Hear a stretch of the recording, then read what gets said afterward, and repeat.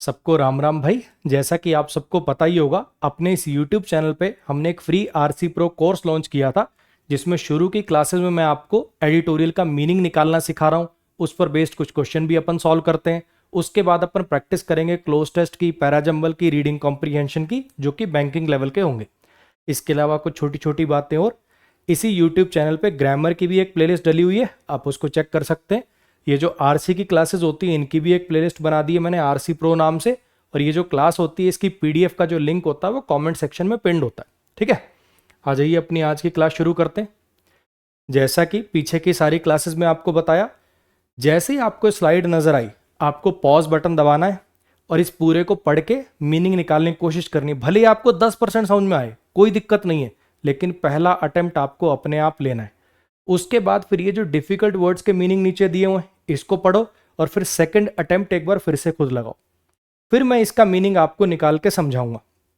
देखो यार, मैं ये बातें बहुत बार बोल चुका हूं, एक बार फिर कह देता हूं। अगर आप ये एक्सपेक्ट कर रहे हो कि मैं एक एक लाइन कैसे मीनिंग निकलवा रहा हूं और उससे आपका आरसी सही हो रहा है, इस पोर्शन का नाम ही देखो, रीडिंग कॉम्प्रीहेंशन। रीड करके कॉम्प्रीहेंड करना, रीड करके समझना। जब तक आप खुद से रीड करके कॉम्प्रीहेंड करने की कोशिश नहीं करोगे, ये पोर्शन आपसे नहीं हो पाएगा। और ये तीनों पोर्शन रिलेटेड हैं, cloze test, parajumble, reading comprehension, तीनों ही रिलेटेड बातें हैं। सेंटेंस पढ़ के अगर मीनिंग निकालना नहीं आता है तो इन तीनों में से कुछ भी नहीं हो पाएगा आपसे। तो मेरे भाई, अगर वाकई में चाहते हो कि इस कोर्स से कुछ फायदा हो तो इस बात को मानना। ठीक है, मैं आपको आज का पूरा अपना एडिटोरियल, सारी स्लाइड्स 30-30 सेकंड के लिए, 20-20 सेकंड के लिए रोकूंगा। उस पर आपको दो दो अटेम्प्ट अपने आप लगाने हैं, फिर मैं डिस्कस करूंगा।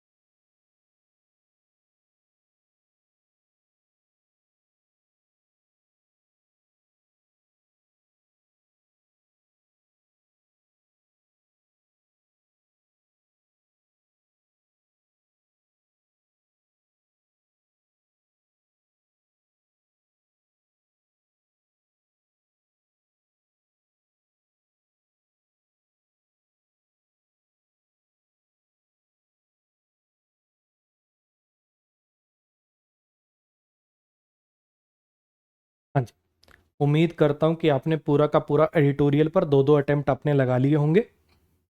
आ जाओ, अब मैं इसको पढ़ा देता हूं, करा देता हूं। देखो, आपको पूरा एडिटोरियल पढ़ के इतना तो समझ में आया होगा, ये जो न्यूक्लियर प्लांट्स जो होते हैं, इनके ऊपर जो अटैक्स वगैरह ज़्यादा हो रहे हैं, उस पर बेस्ड पूरा है कि कोई सा देश किसी दूसरे के न्यूक्लियर प्लांट को अटैक कर रहा है, वो उनके प्लांट को अटैक कर रहा है। इन चीज़ों से होने वाले खतरे और क्या सोल्यूशन हो सकता है। मेनली ईरान का जो न्यूक्लियर प्रोग्राम है, उस पर काफ़ी ज़्यादा स्ट्रेस है, उसके बारे में काफ़ी सारी बातें हुई हैं। तो उस बारे में अपना पूरा का पूरा आज का ये एडिटोरियल। ठीक है, अब एक एक लाइन पढ़ने की, समझने की कोशिश करते हैं। Nuclear facilities have faced unprecedented threats of late. Of late का मतलब होता है रिसेंटली, लेटली, हाल फिलहाल में।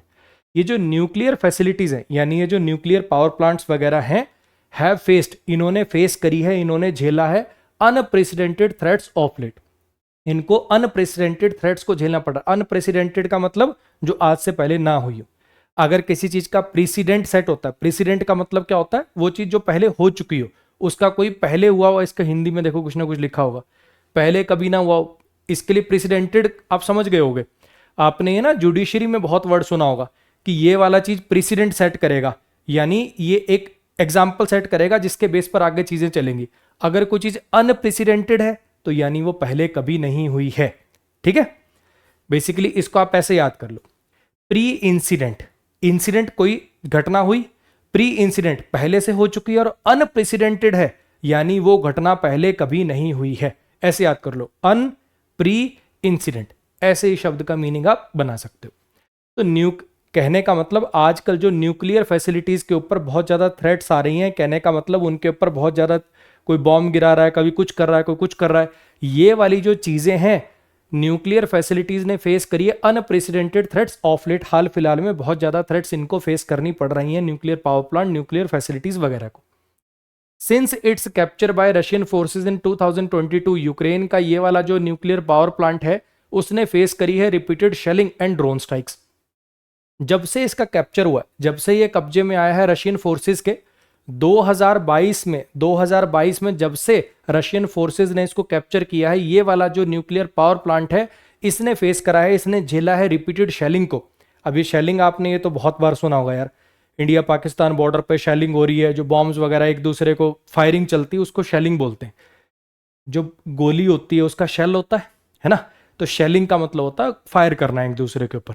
उसने बहुत ज्यादा रिपीटेड बार बार होने वाली शेलिंग और ड्रोन स्ट्राइक्स को फेस किया। अब इसने ये नहीं बताया कि कौन कर रहा है, ठीक है। हो सकता है ये लाइन पढ़ के कंफ्यूजन हुई हो, मुझे भी हुई थी जब मैंने फर्स्ट टाइम इसको पढ़ा। मैं ऐसे सोच रहा हूं यार, रशिया और यूक्रेन का वॉर हो रहा है, रशिया ने इस न्यूक्लियर पावर प्लांट को कैप्चर कर लिया, तो अब इस पर अटैक करेगा कौन? यूक्रेन को भी नहीं करना चाहिए क्योंकि उन्हीं का तो पावर प्लांट है ये, और रशिया के जब खुद कब्जे में ही आ चुका तो वो क्यों करेगा? दिमाग में आ रहा है ना ये क्या हो रहा है। लेकिन फंडा कुछ ऐसा है, बेसिकली यूक्रेन कह रहा है कि रशिया जानबूझ के इसके ऊपर अटैक कर रहा है ताकि एक तो फ्यूचर में हमारे ये काम का ना रहे, और दूसरा हमें बदनाम किया जा सके कि भैया हम न्यूक्लियर पावर प्लांट पर अटैक कर रहे हैं ताकि वहां कुछ हो जाए। और रशिया ये कह रहा है कि यूक्रेन वाले कर रहे हैं इसके ऊपर क्योंकि अब हमने इसको कब्जे में ले लिया, तो यहाँ पे कुछ भी अगर ब्लास्ट होगा, कुछ भी होगा तो उससे रशिया को डैमेज होगा। तो दोनों एक दूसरे पर आरोप लगा रहे हैं। ये एग्जैक्टली कहीं पे भी कंफर्म नहीं हुआ कि कौन कर रहा है, लेकिन इसके ऊपर शेलिंग वगैरह हो रही है, इसके ऊपर ये ड्रोन स्ट्राइक्स वगैरह वहां पर देखने को मिल रही है। इसने देखो लिखा नहीं है कहीं भी, जब से इसका कैप्चर हुआ इनके द्वारा, यूक्रेन का ये जो पावर प्लांट है इसने फेस करी है बार बार होने वाली शेलिंग और ड्रोन स्ट्राइक्स। किसने करी है वो नहीं लिखा हुआ, उस पावर प्लांट पे हुई है, उसको फेस करनी पड़ी है, बस इतना लिखा हुआ। While Russia wish to be the sole nuclear armed successor to the Soviet Union, Israel has viewed Iran's nuclear program as an existential threat and has attacked its weapon site since 2024। अब ये कह रहा है Russia जो है वो चाहता था, वाइल रशिया विस्ट, रशिया चाहता था कि वो अकेला, सोल माने अकेला, न्यूक्लियर आर्म्ड सक्सेसर बने सोवियत यूनियन का। Soviet union, United states of Soviet Russia के अंदर बहुत सारे देश थे, है ना, 16 टुकड़े हुए जहां तक मुझे याद है, बाकी देख लेना, है ना। तो ये कहना चाह रहा है कि सोवियत यूनियन का जब वो टुकड़े बने उसके, तो रशिया चाहता था कि मैं अकेला ऐसा हूं जिसके पास न्यूक्लियर हथियार, ठीक है। रशिया तो ऐसा चाहता था कि उस एरिया में ये अकेला हो जिसके पास न्यूक्लियर हथियार। वहीं इजराइल जो है, इजराइल देखता है, व्यू समथिंग एज समथिंग का मतलब होता है किसी को किसी चीज, मतलब उस दृष्टिकोण से देखना, उसको ये मानना। इजराइल देखता है ईरान के न्यूक्लियर प्रोग्राम को एक एग्जिस्टेंशियल थ्रेट के रूप में, और उसने अटैक करा है उसके वेपन साइट्स को 2024 से। रशिया तो इसलिए कर रहा है क्योंकि रशिया ये चाहता है भैया मेरे पास तो अकेले के पास न्यूक्लियर वेपन्स और किसी के पास ना हो। वहीं अब इजराइल का जिक्र किया इसने, इजराइल जो है, जो भी ईरान के अंदर न्यूक्लियर प्रोग्राम चल रहे हैं उनको ये देखता है एक एग्जिस्टेंशियल थ्रेट के रूप में, कि एग्जिस्टेंस के ऊपर थ्रेट आ जाएगा अगर ईरान के पास कोई न्यूक्लियर पावर आ गई। इन दोनों देशों की बनती नहीं है बिल्कुल भी। अगर ईरान ने न्यूक्लियर कुछ डेवलप कर लिया तो इजराइल को लगता है कि वो कहीं ना कहीं लॉन्च करने के संभावना बन सकती है, हमारी एग्जिस्टेंस को ही खतरा हो जाएगा अगर ऐसा हो गया तो। इसलिए उसने अटैक कराया इसकी वेपन साइट्स को 2024 से ही करता आ रहा है। इन 2025 में यूएस ने लॉन्च करा टारगेटेड स्ट्राइक्स। टारगेटेड साइट्स का मतलब पिन पॉइंट करके ऐसी जगह पे टारगेट करके स्ट्राइक्स करी गई अगेंस्ट, अब ये एरियाज हैं ईरान के अंदर, Fordow, Natanz, which enrich uranium and, ये वो साइट्स हैं जहां पर यूरेनियम को एनरिच किया जाता है। अब ये सारी बातें जब हुई कहीं ना कहीं आपने जरूर ये वाली वीडियोस देखी होंगी, ठीक है, नीतीश राजपूत की और इनकी, आपने जरूर ये वाली इजराइल ईरान के वॉर के टाइम पे आपने जरूर ये वीडियोस देखी होंगी। होता क्या है, जैसे जो बेसिकली न्यूक्लियर पावर प्लांट होते हैं उसके अंदर यूरेनियम को एनरिच करना पड़ता है पहले। ऐसा नहीं है कि यूरेनियम कहीं से भी लिया और फटाक से न्यूक्लियर पावर प्लांट चल जाएगा, है ना, उससे वेपन बन जाएगा, नहीं। उसको एनरिचमेंट का उसका प्रोसेस होता है। वो आपको टेक्नोलॉजी ऐसी डेवलप करनी पड़ती है कि वो एनरिचमेंट की जो स्टेज है शायद 98% या कितने परसेंट के बाद ही वो काम कर सकता है वो। और बिजली वगैरह बनाने के लिए वहां तक भी नहीं पहुंचे थे अभी, तो ये 70% के आसपास इन्होंने एनरिच किया था, ऐसा कुछ था, बाकी देख लेना एग्जैक्ट डेटा। तो ये कह रहा है कि यूएस ने लॉन्च किया था। बेसिकली एनरिच करने का मतलब है उसको प्योरेस्ट फॉर्म के अंदर लाना। आप ऐसे समझ सकते हो कि यूरेनियम का वो आइसोटॉप जो केमिकल या अपनी न्यूक्लियर रिएक्शन में काम आना है, वहां तक पहुंचने के लिए उस फिल्ट्रेशन प्रोसेस को बोलते हैं बेसिकली, आप समझ लो कि एनरिच करना। तो ये 70% प्योरिटी तक ही अभी आए थे, वहां पे अभी आगे इनको जाना था। उससे आगे पहले तो ये अपना इलेक्ट्रिसिटी जनरेशन का काम होता है, फिर जाके न्यूक्लियर वेपन बनता है। तो ये कहना चाह रहा है कि यूएस ने लॉन्च करे टारगेटेड स्ट्राइक्स, बिल्कुल टारगेट करके स्ट्राइक किया इस एरिया को और इस एरिया को। ये कौन से एरिया थे? जो एनरिच कर रहे थे यूरेनियम को, जहां पे यूरेनियम एनरिचमेंट का काम चल रहा था, और इस एरिया को जो कि एक फ्यूल साइकिल कॉम्प्लेक्स था। कॉम्प्लेक्स माने है यहां पर बिल्डिंग, जो कि एक ऐसी बिल्डिंग थी जहां पर फ्यूल साइकिल चल रही थी, जहां पे फ्यूल साइकिल पर काम चल रहा था। बेसिकली कुछ नहीं है, ये 3 ऐसी जगहें हैं जहां पे ईरान जो है न्यूक्लियर चीज़ों पर काम कर रहा था। न्यूक्लियर पावर प्लांट या न्यूक्लियर पावर प्लांट बनाने के लिए जो चीज़ें चाहिए उन पर काम चल रहा था। यूएस ने इन तीनों साइट्स को टारगेट किया 2025 में। फिर से एक बार पूरा देख लें। जो भी न्यूक्लियर फैसिलिटीज़ हैं उन पे आजकल बहुत ज़्यादा थ्रेट्स हैं, उन पर कोई बम्बार्ड कर रहा है, कोई कुछ कर रहा है, कोई कुछ कर रहा है। अनप्रेसिडेंटेड थ्रेट्स देखने को मिल रही हैं हाल फिलहाल में। फिर इसने एक एग्जाम्पल दिया कि यूक्रेन का ये वाला जो पावर प्लांट था, जब से रशिया ने इसको कैप्चर किया तब से इसके ऊपर शेलिंग चल रही है। रशिया चाहता कि वो अकेला आर्म्ड सक्सेसर रहे सोवियत यूनियन का। इजराइल जो है ईरान के न्यूक्लियर प्रोग्राम को वो देखता है एग्जिस्टेंशियल थ्रेट के रूप में, कि हमारी एग्जिस्टेंस पे, हमारे अस्तित्व पे ही थ्रेट आ जाएगा इस प्रोग्राम के चलते। तो वो क्या कर रहा है, इस वजह से इसके वेपन साइट्स को अटैक कर रहा है। यूएसए ने भी टारगेटेड स्ट्राइक्स करी ईरान के इन जगहों पर जहां पर इससे रिलेटेड काम चल रहा था, न्यूक्लियर पावर प्लांट से कह लो या फिर यूरेनियम एनरिचमेंट से रिलेटेड काम चल रहा था। नेक्स्ट पर आ जाइए। एक बार फिर बोल देता हूं, अगर आप खुद से नहीं करोगे तो पेपर में भी खुद से नहीं होगा। सिंपल बात है ये, ठीक है। अगर आप खुद से रीड करके एक ट्राई, मैं फिर कह रहा हूं ना 10% समझ में आए, क्या दिक्कत है? सीख ही तो रहे हैं अभी, अपने पेपर में थोड़ी बैठे हैं। कुछ बच्चों के मैं कमेंट ऐसे बेवकूफाना पढ़ता हूं, सर यहां तो आप मीनिंग बताने के लिए हो, पेपर में कौन आएगा?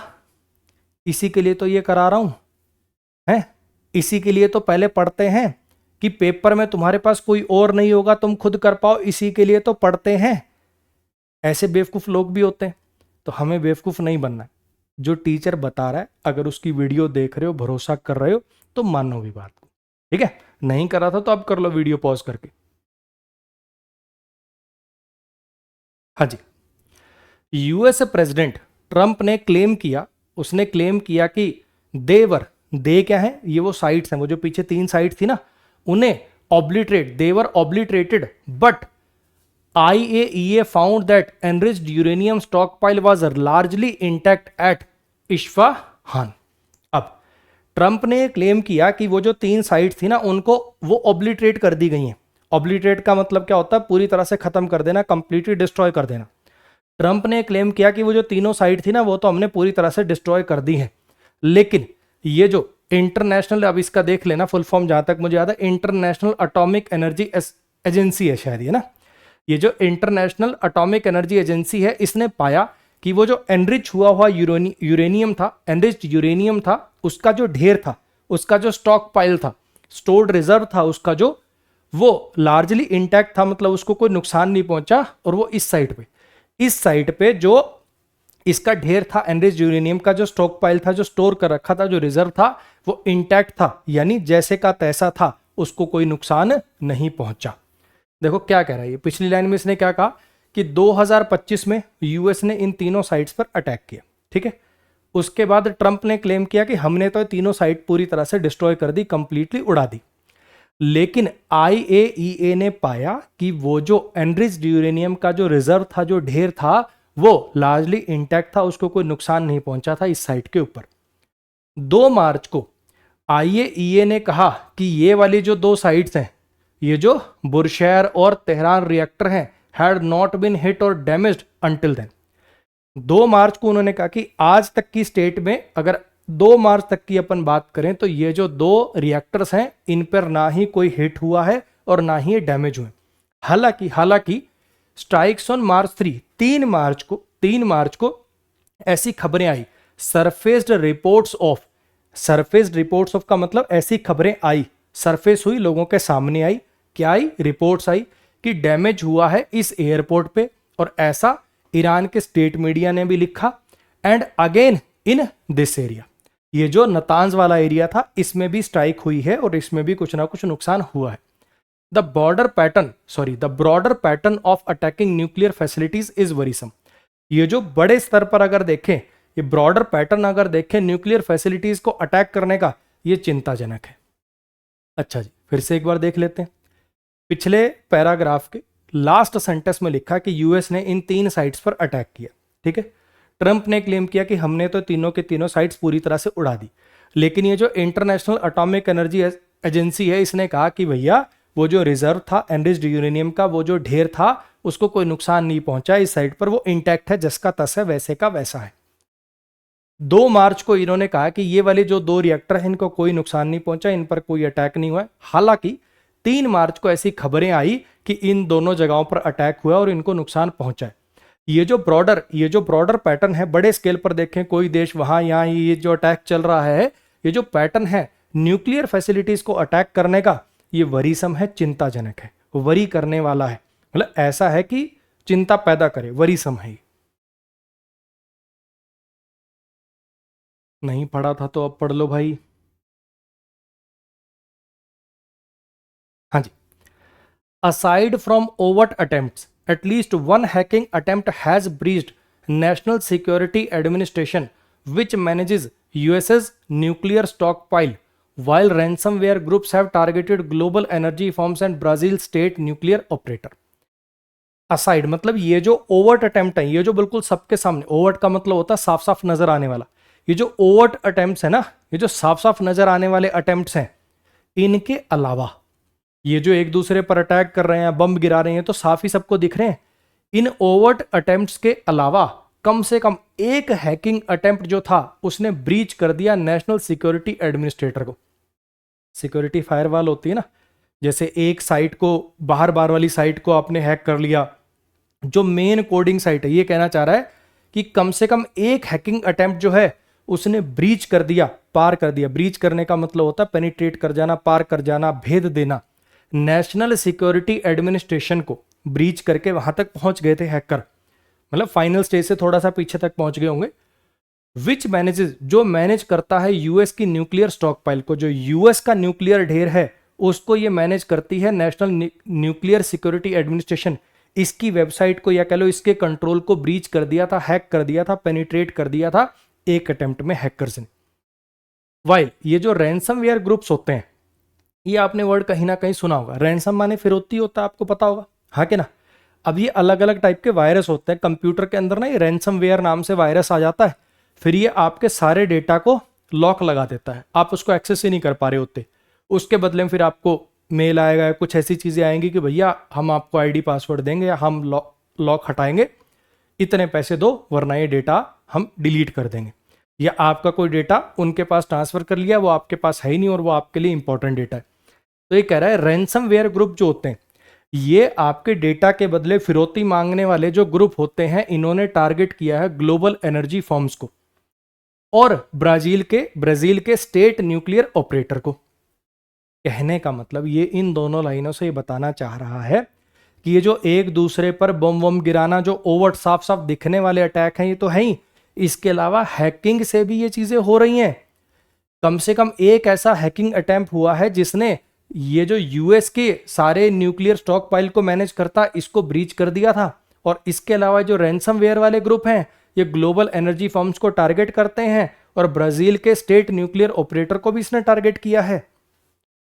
ये जो जेनेवा कन्वेंशन है प्रोहिबिट करता है states from endangering nuclear facilities if they release dangerous forces but neither US nor Israel seems mindful of the risk.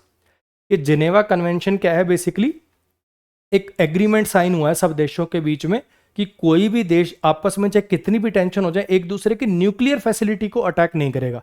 तो जो जेनेवा कन्वेंशन हैं, ये जो जेनेवा समझौते हैं, ये रोकते हैं, प्रोहिबिट करते हैं स्टेट्स को यानी देशों को एंडेंजर कर रहे हैं, खतरे में डालने से। किस चीज को खतरे में डालने से? न्यूक्लियर फैसिलिटीज को खतरे में डालने से।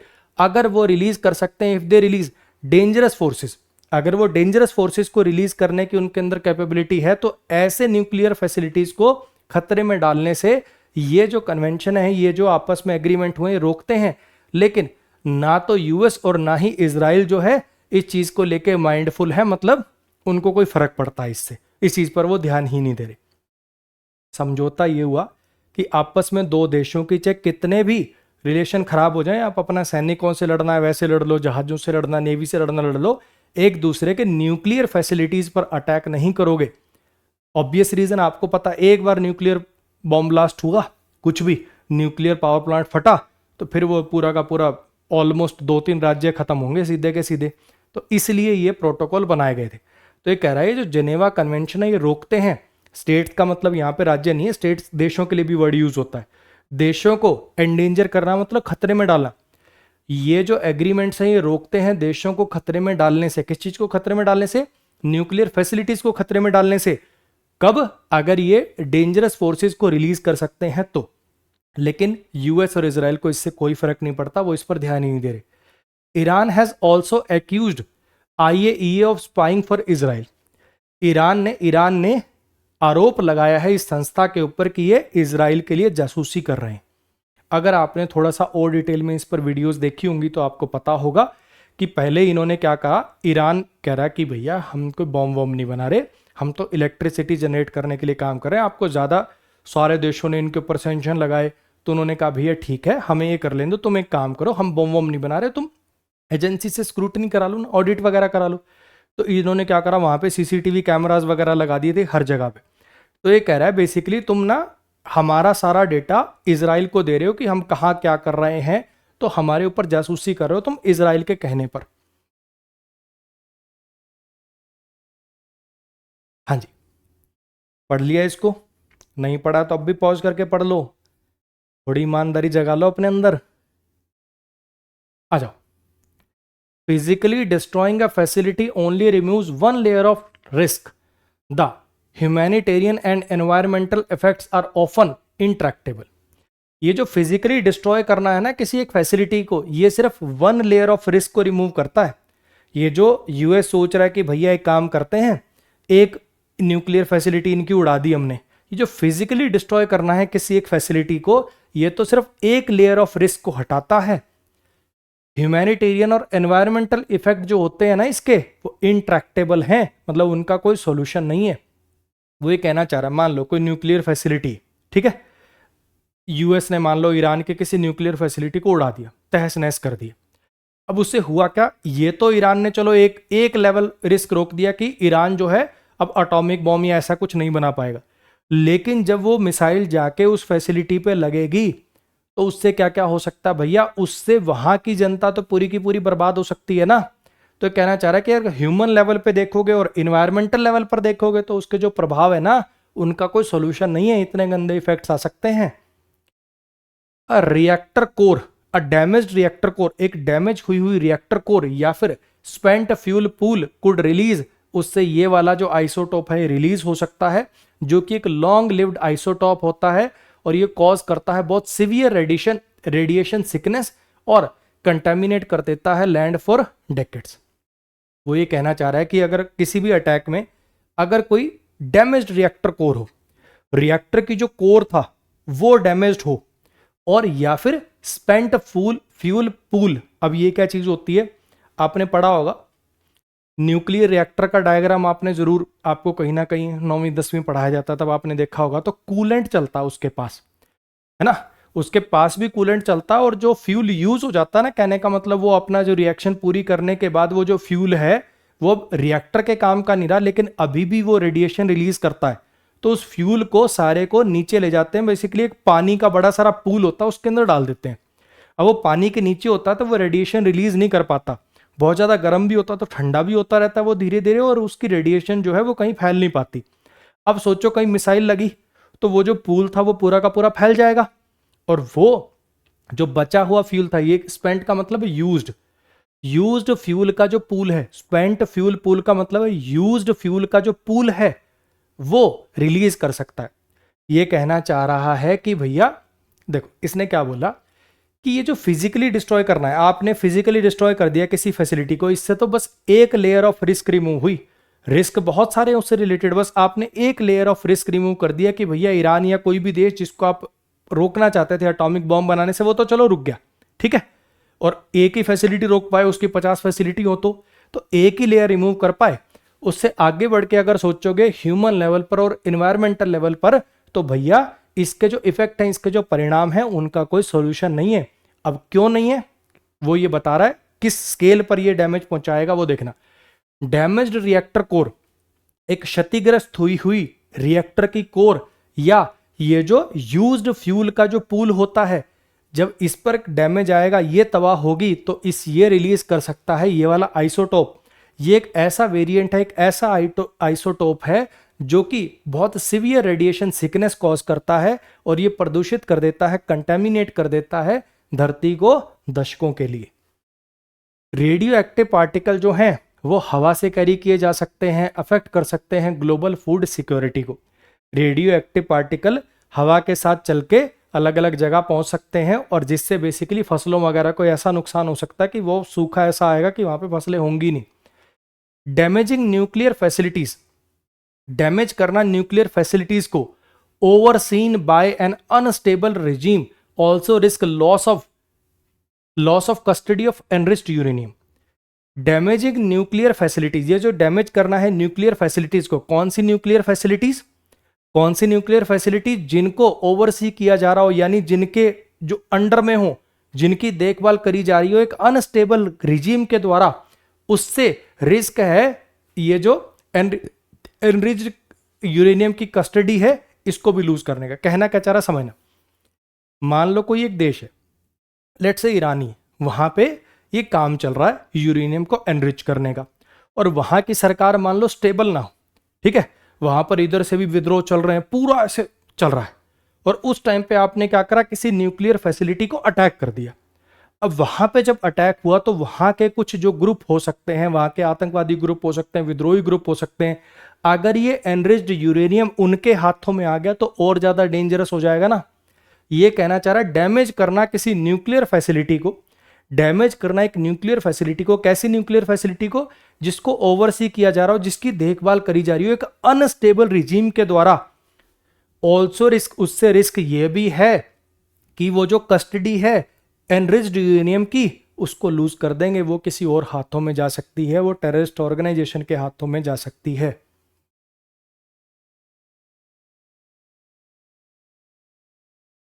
हाँ जी, पढ़ लिया।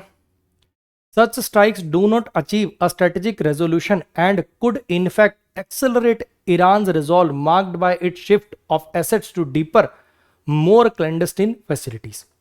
ऐसी जो स्ट्राइक होती है ना, जो न्यूक्लियर फैसिलिटी को उड़ाने का ये वाला जो काम है, ऐसी जो स्ट्राइक्स होती हैं ये कोई स्ट्रेटेजिक रेजोल्यूशन अचीव नहीं करती, मतलब इससे कोई स्ट्रेटेजिक समाधान नहीं होता, ऐसा समाधान मतलब प्रॉपर समाधान नहीं होता उससे किसी चीज का, बल्कि अगर सही मायने में देखें तो ये बढ़ा सकता है, तेजी ला सकता है, एक्सेलरेट कर सकता है ईरान के उस संकल्प को, ईरान की जो वो जो रिजॉल्व उसने कसम खा रखी कि भैया न्यूक्लियर कुछ बनाएंगे हम, उस चीज को और तेज कर सकता है। मार्क्ड बाय का मतलब है बेसिकली, इसका एग्जाम्पल है कि जैसे उन्होंने अटैक वगैरह करा, marked by it's shift of asset, जिसका साफ साफ एग्जाम्पल है इस चीज का, ये जो अटैक हुए इसने कोई रिजॉल्व तो किया नहीं उस प्रॉब्लम को, बल्कि उसने और ज्यादा प्रबल कर दिया ईरान के उस रिजॉल्व को। कैसे? इसका एग्जाम्पल यह है कि इन्होंने जितने भी अपने एसेट थे, वो जो एनरिच्ड यूरेनियम था, उसको शिफ्ट कर दिया और ज्यादा गहरे और क्लैंडस्टिन फैसिलिटीज पर। आपने सुना होगा यूएस के अटैक करने से पहले ही ट्रक वगैरह में भर भर के वो अपना अलग अलग जगह पर उन्होंने यूरेनियम छुपा दिया। और वैसे मुझे कई बार ना थोड़ा सा आप भी अगर थोड़ा ब्रॉडर लेवल पे सोचोगे तो आपको भी ऐसा लगता होगा यार, एक ऐसा देश, वर्ल्ड में एक ही देश है जिसने न्यूक्लियर हथियारों का यूज किया है, एक ही देश है पूरे, यूएसए ही है। और वही पूरी दुनिया को ज्ञान देता है कि नहीं तुम भी मत बनाओ, तुम भी मत बनाओ। अरे तुम्हें पता नहीं है कैसे यूज करते हैं, सोचो।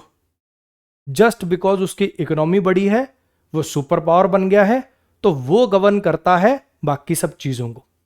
इतना मतलब समझ रहे हो क्या कहना चाह रहा हूं मैं, कि बाकी देशों को ज्ञान दे रहा है कि नहीं नहीं तू अगर बना लेगा तो तुझे पता नहीं है, तू हैंडल नहीं कर पाएगा, तू चला देगा। और ये ज्ञान वो देश दे रहा है जो खुद 2 बार चला चुका है। देखो हिपोक्रेसी। तो ये कह रहा है कि ऐसे जो स्ट्राइक होते हैं उससे कोई स्ट्रेटेजिक पक्का समाधान नहीं निकलता, बल्कि इनफैक्ट ये ईरान का वो जो रिजॉल्व है, उन्होंने जो संकल्प ले रखा उसको और तेज कर देंगे। और एग्जाम्पल इसका है कि उन्होंने सारे के सारे ये जो एसेट थे, उनके जो एसेट थे उनको शिफ्ट कर दिया। और गहरे गहरे क्यों? क्योंकि मिसाइल वगैरह जब मारते तो माउंटेन के नीचे बना रखे हैं इन्होंने चीजें ना, ताकि वो उसकी रीच वहां तक ना। और गहरे और क्लैंडस्टीन मतलब सीक्रेट फैसिलिटीज पे। Military forces also destroyed the diplomatic and verification frameworks required for long-term safety, leaving negotiation as the safest way to restore stability in the region. ये जो मिलिट्री फोर्स का यूज हुआ ना, ये जो मिलिट्री फोर्स का use हुआ, इसने तबाह कर दिया डिप्लोमेटिक चीजों को, डिप्लोमेटिक एंड वेरिफिकेशन फ्रेमवर्क को। वो जो डिप्लोमेसी क्या होता है? दो देशों के बीच में जो वार्तालाप वगैरह होता है, उस फ्रेमवर्क को कि उसके दम पे कुछ करवा लें। जैसे ही आपने मिलिट्री फोर्स यूज कर दी, फिर दूसरा देश क्यों मानेगा, क्यों आपसे वार्तालाप करेगा वो? तो ये जो मिलिट्री फोर्स थी, इसने पूरी तरह से डिस्ट्रॉय कर दिया डिप्लोमेटिक और वेरिफिकेशन फ्रेमवर्क को। वेरिफिकेशन फ्रेमवर्क मतलब जो पहले ईरान ने कहा था ना कि भैया तुम एक काम करो, सीसीटीवी वगैरह लगा लो, ऑडिट कर लो। अब जैसे आपने उस देश पे अटैक कर दिया, वो क्यों लगने देगा? अब वो ठीक है भाई, तुम भी अपनी मैक्सिम करो, अब हम भी अपने हिसाब से चलेंगे। तो ये जो मिलिट्री फोर्स का यूज था, इसने पूरी तरह से तबाह कर दिया डिप्लोमेटिक और वेरिफिकेशन फ्रेमवर्क को, जो कि जरूरी था लॉन्ग टर्म सेफ्टी के लिए। अब ये इस एक्शन से हुआ क्या? Leaving negotiation as the safest way. अब सिर्फ नेगोशिएशन ही, अब जो युद्ध के बाद जैसे समझौता होता है ना, नेगोशिएट करना होता है, अब बचाए सिर्फ नेगोशिएशन ही सेफेस्ट वे रीस्टोर करने का, वापस स्टोर करने का स्टेबिलिटी को इस रीजन। पहले क्या था? डिप्लोमेसी से काम चल रहा था या सर्वेलेंस से, ये वेरिफिकेशन फ्रेमवर्क से काम चला था। लेकिन जैसी मिलिट्री फोर्स यूज हुई, सब तो खत्म हो गया ना। अब क्या बचा? अब तो नेगोशिएशन ही सेफेस्ट वे बचे हैं कि वापस स्टेबिलिटी जिससे लाई जा सकती है इस रीजन में। अब ये नेगोशिएट कैसे करेंगे, उसके लिए बोल रहा है। ईरान जो है वो पहले ही फेस कर रहा है 60% इन्फ्लेशन, महंगाई जो है 60% बढ़ गई है ईरान के अंदर। और यूएस जो है वो ट्रेड कर सकता है sanction relief for IAEA monitoring. अब इस लाइन का मतलब समझना, यूएस जो ये कह रहा है कि भैया आप उनको नेगोशिएशन के लिए लाओ, आप उनको एक ऑफर दो कि भैया हम एक काम करेंगे, सैंक्शन जो तुम्हारे ऊपर लगे हुए हैं, हमने जो तुम्हारे ऊपर ट्रेड के रोक लगा रखे हैं हर जगह, उनमें हम रिलीफ दे देंगे आपको, लेकिन उसके बदले में तुम एक काम करो, ये जो मॉनिटरिंग पहले तुम करवा रहे थे फिर से करवा लो। फिर से देखो, ईरान जो है अभी इन्फ्लेशन फेस कर रहा है, महंगाई वहां पे बहुत ज्यादा बढ़ी हुई है, वो पहले ही बेचारा दबा हुआ है। तो ये कह रहा है कि ये सही मौका है, उसमें क्या कर सकता है यूएस जो है वो ट्रेड कर सकता है। ट्रेड का मतलब क्या होता है? आदान प्रदान कर सकता है। वो कह रहा है ट्रेड कर लो, आदान प्रदान कर लो। किस चीज का? कि सैंक्शन रिलीफ दे दो। सैंक्शन रिलीफ दे दो किस चीज के बदले? इस मॉनिटरिंग के बदले। कि ईरान को कहो कि तुम ये मॉनिटरिंग करवा लो और हम सैंक्शन को रिलीफ कर देंगे। सैंक्शन रिलीफ होंगे, वो अपना ट्रेड कर पाएंगे, ट्रेड कर पाएंगे तो पैसा कमाएंगे, पैसा कमाएंगे तो महंगाई दर नीचे आ जाएगी। हाँ जी, लास्ट स्लाइड आ गई है मेरे ख्याल, इसको देख लीजिए, नहीं पढ़ा है तो पढ़ लीजिए। Iran has also finalised long term deals with Russia and China, in return securing air defenses and navigation systems to negate Western advantages and bringing Tehran back to table could also reduce its dependence on these burgeoning partnerships. अब ये उसी line के ये कह रहा है, एक तो ये काम कर सकते हो। अब दूसरी बात ये क्या कह रहा है कि ईरान ने पक्की कर ली है लॉन्ग टर्म डील्स रशिया और चाइना के साथ। ईरान ने पक्की कर ली है लॉन्ग टर्म डील्स रशिया और चाइना के साथ। तेल वेल, ईरान के पास तेल ही है बेचने को, उसने तेल की डील कर दी है उनके साथ और बदले में उसको क्या मिला? इन रिटर्न बदले में उसने सिक्योर कर ली है, हासिल कर ली है air defence system, air defences, navigation system, जिनसे वो नेगेट कर सकता है, नलीफाई कर सकता है वेस्टर्न एडवांटेजेस को। वेस्टर्न एडवांटेजेस का मतलब क्या है? ये यूएस के पास मेनली मिलिट्री वॉरफेयर है सबसे तगड़ा, वो मिलिट्री वॉरफेयर ईरान के पास तो है नहीं, लेकिन तेल के बदले में उसने रशिया और चाइना से वो वॉरफेयर ले लिया। ये कहना चाह रहा है कि ईरान ने फाइनलाइज कर दी है लॉन्ग टर्म डील रशिया और चाइना के साथ। क्या बेस पे डील करेगा ईरान? तेल बेचा उसको, तेल की डील कर दी और बदले में क्या लिया? सिक्योर करने का मतलब था हासिल कर लेना। सिक्योर कर लिया, हासिल कर लिया क्या? एयर डिफेंसेस ले लिए और नेविगेशन सिस्टम ले लिए, जो नगेट कर देंगे, जो नलीफाई कर देंगे, जो इन दोनों के बीच का डिफरेंस था उसको नगेट करने के लिए जो वेस्टर्न के पास एडवांटेज थी। क्या एडवांटेज थी? एडवांस मिलिट्री वेपन, उसको नगेट करने के लिए इन्होंने लिए। अब ये वाली बात इसको साथ में वैसे लिखनी नहीं चाहिए थी, लेकिन इसने साथ ही चला के लिख दी। और bringing Tehran back to table, फिर ये बातों के दम पे ही कह रहा है कि पीछे कह रहा था ना नेगोशिएशन ही रास्ता बचा है, वो चीज जरूरी है। अगर हम वापस तेहरान को टेबल पर ले आए, यानी नेगोशिएशन टेबल पर ले आए, उसको समझौता करने के लिए मना लें वापस, तो हम घटा सकते हैं ये जो डिपेंडेंस है इन बढ़ती हुई पार्टनरशिप्स पे। ये जो पार्टनरशिप बढ़ रही है ना, ऐसा लग रहा है कि ये जो आर्टिकल है ये थोड़ा सा ना यूएस के नजरिए से लिखा गया है कि ऐसी बातें करो जो यूएस को फायदा पहुंचाएंगी। ये कहना चाह रहा है मेरे भाई कि अगर ये वाली चीजें हो गई हैं, डील वील फाइनल हो गई है, उन्होंने ऐसे वॉर सिस्टम वगैरह ले लिए हैं रशिया और चाइना से, bringing Tehran back to table, table का मतलब है नेगोशिएशन टेबल, तेहरान को वापस लाना टेबल के ऊपर, यानी नेगोशिएट करने के लिए मना लेना, हटा देगा डिपेंडेंस। किस चीज पर डिपेंडेंस? बर्जनिंग पार्टनरशिप्स, मतलब बढ़ती हुई ये जो पार्टनरशिप्स हैं इनके ऊपर जो डिपेंडेंस है उसको ये घटा देगा। ठीक है। कन्वर्सली अगर ये काम नहीं करोगे, इसका उल्टा जाओगे, ये कह रहा है नेगोशिएशन करोगे तो इससे चीजें हो सकती है। कन्वर्सली मतलब उसका उल्टा, अगर उल्टा करोगे, मिलिट्री एक्शन करोगे, आप सोचोगे कि भैया युद्ध से ही काम चल जाए, तो उससे क्या हो सकता है? वो रिस्क करेगा, मिलिट्री एक्शन रिस्क, कहने का मतलब उससे ये चीज का रिस्क होगा क्या? Refugee exodus. रिफ्यूजी तो जानते ही हो, एक्सोडस का मतलब क्या होता है? जब बहुत भारी मात्रा में एक जगह से, मतलब कुछ लोग छोड़ के अपने देश को, अपने राज्य को दूसरी जगह जाते हैं। रिफ्यूजी का एक्सोडस होगा from a population of 93 million. 93 million की जो ईरान की पॉपुलेशन है उनमें से उनका रेफ्यूजी एक्सोडस होगा। ऑब्वियस बात है, एक देश में अगर ऐसी सिचुएशन आ जाएगी जहां पे भैया जीना ही मुश्किल है या जिया नहीं जा सकता, तो वहां उस देश के लोग छोड़ छोड़ के दूसरे देशों में भागेंगे। अगर मिलिट्री एक्शन करोगे, कन्वर्सली मतलब अगर ये बात मानने हो नेगोशिएशन करो तो अच्छी बात है। कन्वर्सली मतलब इसके विपरीत अगर मिलिट्री एक्शन करोगे तो उससे रिफ्यूजी एक्सोडस का खतरा बनेगा इतने बड़े देश का। Asymmetric retaliation against US gulf basis. अब ये कह रहा है कि भैया पहली बात तो यूएस और ईरान में एरिया, मतलब गैप ही इतना ज्यादा, डिस्टेंस ही इतना ज्यादा है कि ईरान के पास कोई ऐसी मिसाइल ही नहीं है जो यूएस को मार सके। तो ये क्या कह रहा है? अभी बराबर के ऐसा नहीं है कि इधर से यूएस एक मिसाइल मारेगा, इधर से ईरान एक मिसाइल मारेगा। सिमेट्रिक लड़ाई नहीं हो रही है, वो कह रहा है कि असिमेट्रिक रिटेलिएशन आएगा। सिमेट्रिक रिटेलिएशन का तो मतलब क्या होता है? उसने उसको अटैक किया, इसने उसको अटैक किया। असिमेट्रिक जिसका कोई अनइक्वल रिटेलिएशन करेगा। आपने सुना भी होगा यार, ईरान यूएस को डायरेक्ट अटैक नहीं कर सकता, तो उसने क्या किया? आसपास के, उसके आसपास जो देश हैं वहां पे यूएस के जो बेस हैं, यूएस की जो एम्बेसीज हैं, उन पर अटैक करना शुरू कर दिए। तो कह रहा है कि असिमेट्रिक रिटेलिएशन होगा यूएस के गल्फ बेसिस में। यूएस ने जो गल्फ देशों में बेस बना रखे हैं उनके ऊपर अटैक होगा। और and the inalienable threat of nuclear disaster. Military action कह रहा है कि नेगोशिएशन से तो ये चीज हो सकती है, इसके विपरीत अगर मिलिट्री एक्शन लोगे तो एक तो खतरा ये है रिफ्यूजी एक्सोडस का, दूसरा खतरा ये है कि रिटेलिएट करेगा, वो गल्फ बेसिस पर अटैक करेगा, और तीसरा खतरा क्या है?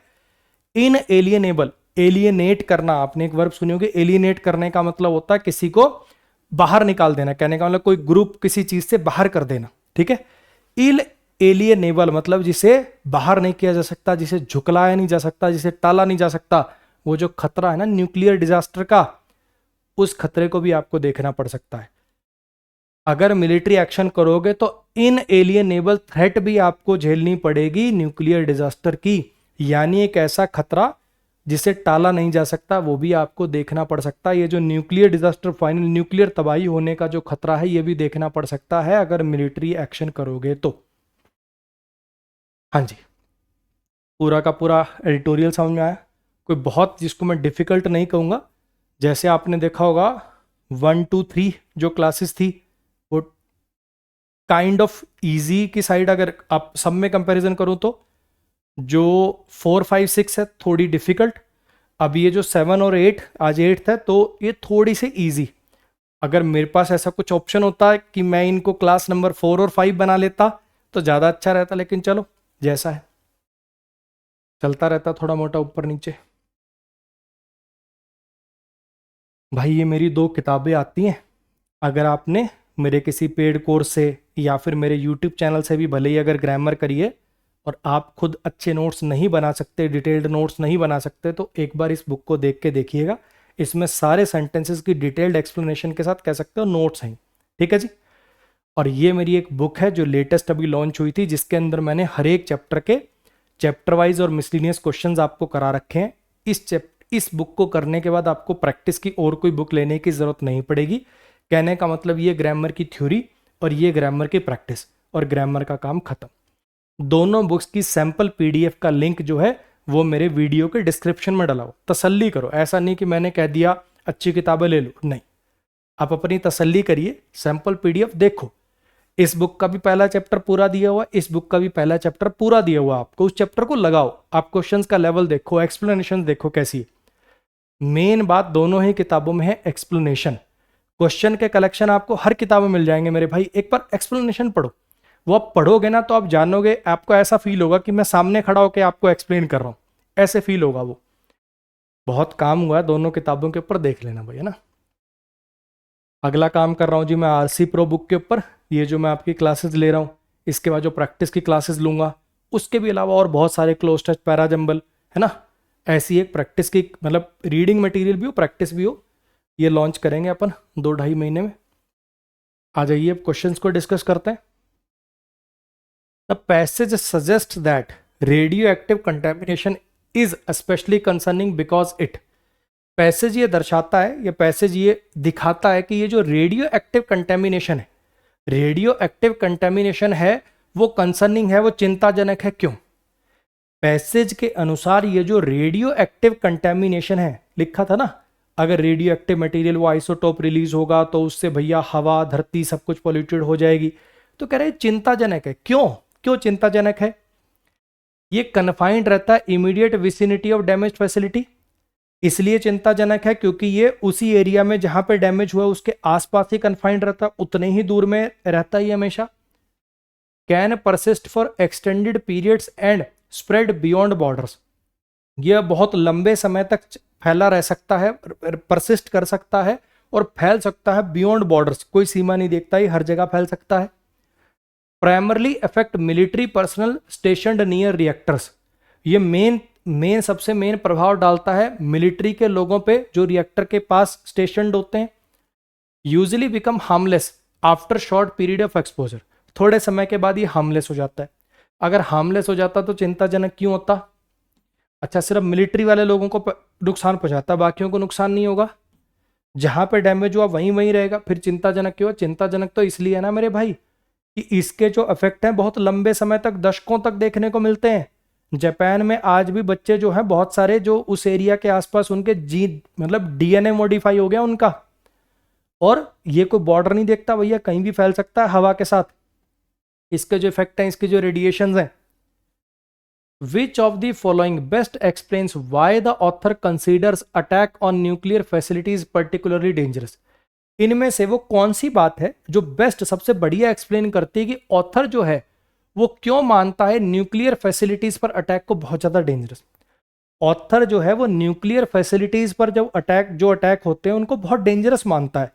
इनमें से कौन सी वो लाइन है जो उस बात को बेस्ट एक्सप्लेन करती है? ऐसे जो अटैक होते हैं अक्सर डिस्टर्ब कर देते हैं इलेक्ट्रिसिटी जनरेशन को और इंडस्ट्रियल आउटपुट को नुकसान पहुंचाते हैं। जो न्यूक्लियर फैसिलिटी पर जो अटैक होते हैं वो इलेक्ट्रिसिटी जनरेशन में बाधा बनते हैं, ये मेन कंसर्न उसका। ऐसे जो अटैक होते हैं ये बढ़ा देते हैं डिफेंस के एक्सपेंडिचर को और नेशनल बजट के ऊपर स्ट्रेन पड़ता है। ये है मेन कंसर्न।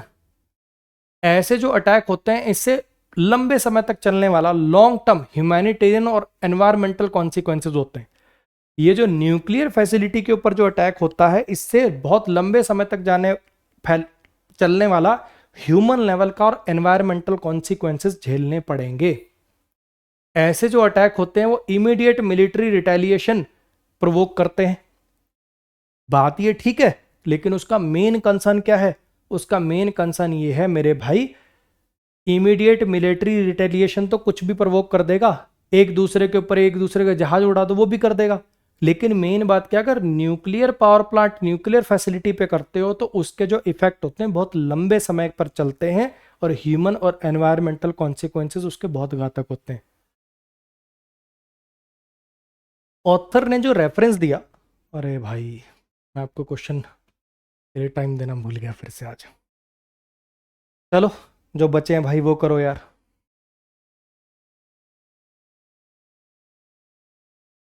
हर एक क्वेश्चन पे 5-5 सेकंड में स्लाइड रोकूंगा और अटेम्प्ट करना है ना।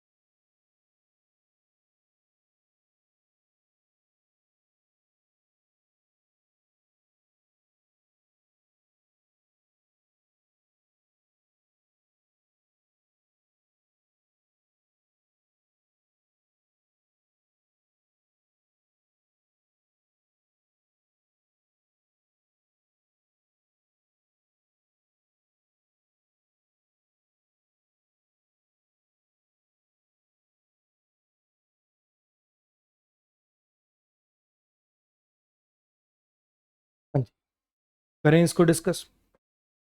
ऑथर का जो रेफरेंस है, ऑथर ने जो रेफरेंस दिया इस वाली फैसिलिटी का, उसका मेन पर्पस क्या था, वो क्या दिखाना चाहता था? ऑथर ने जो ये वाली फैसिलिटी का जिक्र किया उससे ऑथर क्या दिखाना चाहता था? Military strikes can fail to eliminate nuclear materials completely. ये जो मिलिट्री स्ट्राइक्स होती हैं ये फेल हो सकती हैं पूरी तरह से न्यूक्लियर मटेरियल को खत्म करने में। इंटरनेशनल इंस्पेक्टर जो होते हैं वो अक्सर अक्सर अंडर एस्टिमेट कर देते हैं वॉर टाइम डैमेज लेवल को। इंटरनेशनल इंस्पेक्टर वगैरह की ऐसी कहीं कोई बात हुई क्या?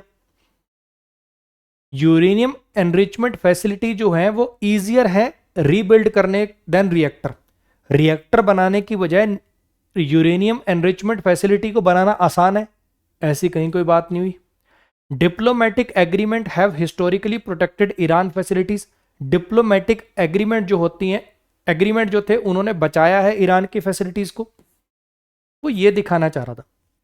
उसमें लिखा था ना कि यूएस ने कहा कि भैया हमने ये तीनों साइट्स को बिल्कुल पूरी तरह से खत्म कर दिया है, लेकिन बाद में उन्होंने बोला, ये जो इंटरनेशनल एटॉमिक एनर्जी एजेंसी थी इसने कहा कि भैया एनरिच यूरेनियम वैसा का वैसा है इस साइट के ऊपर।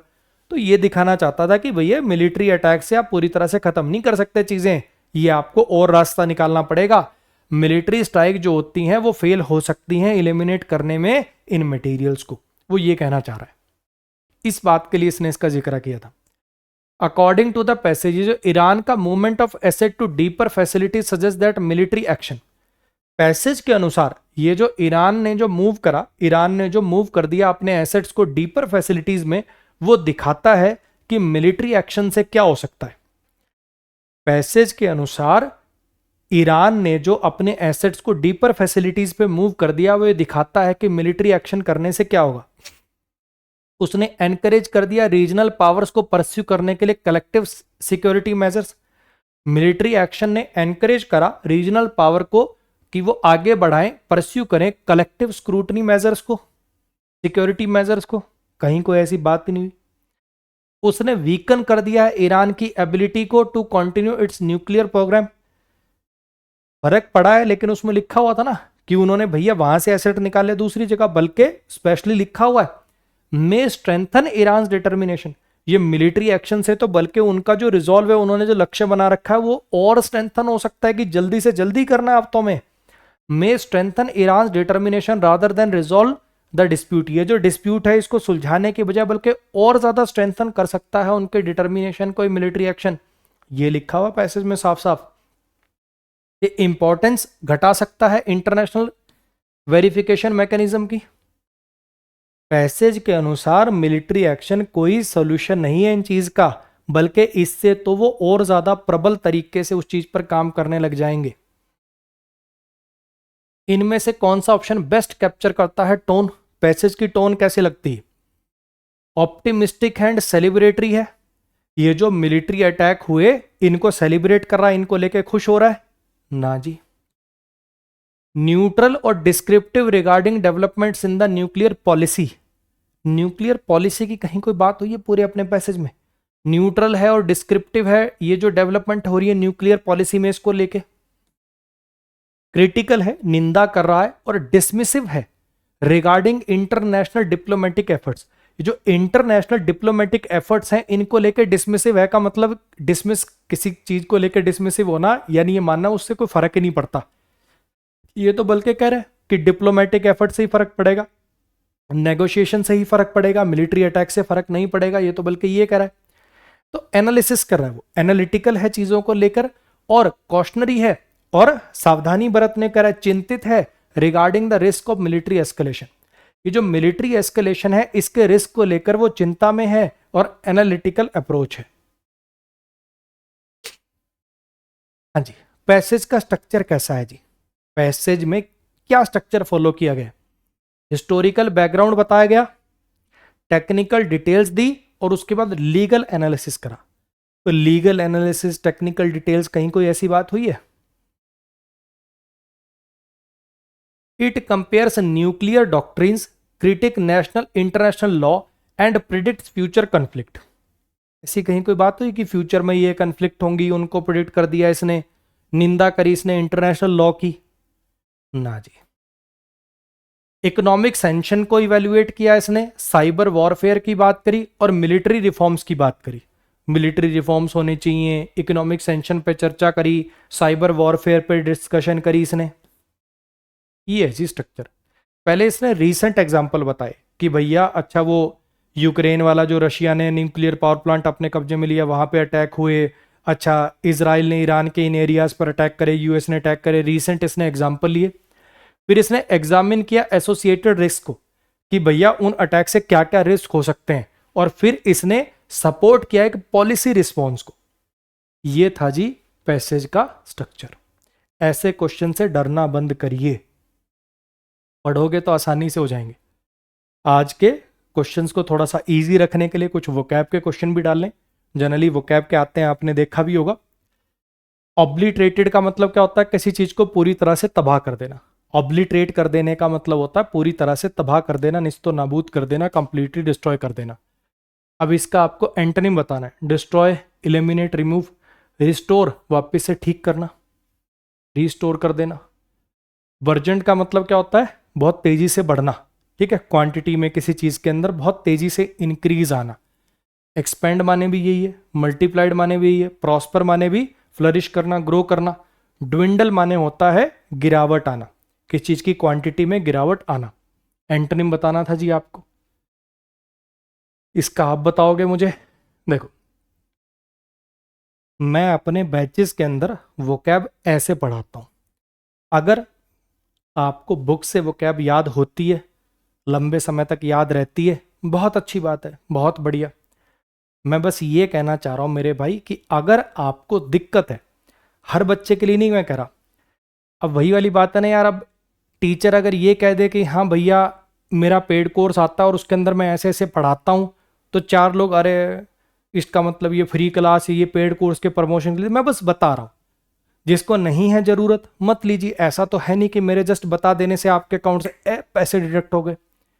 जिसको जरूरत लगती, जिसको ऐसा लगता कि मुझे वोकैब बुक से याद नहीं होती, मुझे परेशानी है उसके अंदर, मैं कितनी भी कोशिश करूं भूल जाता हूं, तो ऐसे फोटो नेमोनिक से वोकैब पढ़ाता हूं मैं। ये मेरी वोकैब की स्लाइड से ही लिए मैंने, ठीक है। वर्ड आया, मैंने सोचा आज एक बार फोटो डलवा देते हैं। Obliterate to destroy, remove completely. Gun दोगे इलिटरेट के हाथों में तो वो करेगा ऑब्लिटरेट। ऑब्लिटरेट का मतलब होता है जड़ से खत्म करना। ये अफगानिस्तान में तालिबान वाली जब सरकार आई तो वहां से फोटो ली मैंने। अगर बंदूकें दोगे इलिटरेट लोगों के हाथों में, गन दोगे इलिटरेट लोगों के हाथों में तो वो करेंगे ऑब्लिटरेट। इलिटरेट लोगों के हाथ में गन होगी तो वो करेंगे obliterate. Dwindle, decrease, reduce in size. Strong wind ने ड्विंडल कर दिया क्रॉप प्रोडक्शन को। आपने देखा होगा गांव वाँव में खेतीबाड़ी में जब बहुत तेज आंधी तूफान चलते हैं तो ये पौधे ऐसे टूट जाते हैं और ये फिर वापस ठीक नहीं हो पाते। स्ट्रॉन्ग विंड ने ड्विंडल कर दिया, क्रॉप प्रोडक्शन को डिक्रीज कर दिया, रिड्यूस कर दिया। विंड इतनी तेज आई कि क्रॉप की तबाह हो गई, जिससे क्रॉप की प्रोडक्शन ड्विंडल हो गई। बर्जन, रैपिडली ग्रो करना। रोज खाओगे बर्गर तो पेट होगा बर्जन। बर्गर रोज खाओगे तो पेट बर्जन होगा। ऐसे भी बना सकते हो। बर्जर पेंट की कंपनी है, उसके स्टॉक का प्राइस बर्जन होता जा रहा है। बर्जर कंपनी के स्टॉक का प्राइस बर्जन होता जा रहा है। ऐसे करके भी नेमोनिक्स बना सकते हो। ये वाला जो सवाल है ये आपको बहुत परेशान करेगा। 9 और 10 का आंसर मैं आपसे कमेंट कराता हूं ना, इसमें देखो सिंस भी आ रहा है और एंड भी आ रहा है। फिर भी सोचना, ठीक है, रटना नहीं, थोड़ा सोचना कौन सा वर्ड क्या काम कर रहा है, चीजों को देखना, ठीक है। इसकी एक्सप्लेनेशन देना बहुत अच्छा लगेगा मुझे अगर आप इसको प्रॉपरली एक्सप्लेन करोगे ये है और क्यों है, और ये नहीं यार भी चैट जीपीटी पे डाल लिया वहां से कॉपी कर लिया ना। सच में जिसने इसको पढ़ रखा है, टाइप्स ऑफ सेंटेंसेस का जिसने नहीं पढ़ रखा भाई पढ़ लो। हर वीडियो के नीचे तुम कमेंट करते हो अभी ये वाला पोर्शन पढ़ा नहीं है इसलिए इस क्वेश्चन को छोड़ रहा हूं, अभी ये वाला पोर्शन, तो कब पढ़ेगा भाई। अपने इसी यूट्यूब चैनल पे फ्री में types of clauses, types of sentences की वीडियो पढ़ी है ना, तो कब देखेगा उसको। रोज यही नहीं पढ़ा है इसलिए छोड़ रहा हूं, नहीं पढ़ा है इसलिए छोड़, अब कब करना उसको। तो ये क्वेश्चन नंबर 9 और 10, 9 तो अब आपसे हो ही जाएगा इजीली, वो कैब का सिंपल सा सवाल है। 9 और 10 का आंसर कमेंट करिएगा और 10 की एक्सप्लेनेशन कमेंट करना भाई। जिसकी भी एक्सप्लेनेशन अच्छी होगी मैं जरूर उसको हार्ट दे के रिप्लाई करूंगा, जैसा कि मैं पीछे कुछ क्लासेस से कर भी रहा हूं, ठीक है जी। पहले 24 घंटे में जो भी इस क्वेश्चन का आंसर सही एक्सप्लेनेशन के साथ कमेंट करेगा उसको मैं रिप्लाई करूंगा, ठीक है जी। मिलते हैं अपनी अगली क्लास में। उम्मीद करता हूं कि इन सेशन से आपको फायदा हो रहा होगा। ऐसे मन लगा के पढ़ते रहिए, ग्रो करते रहिए।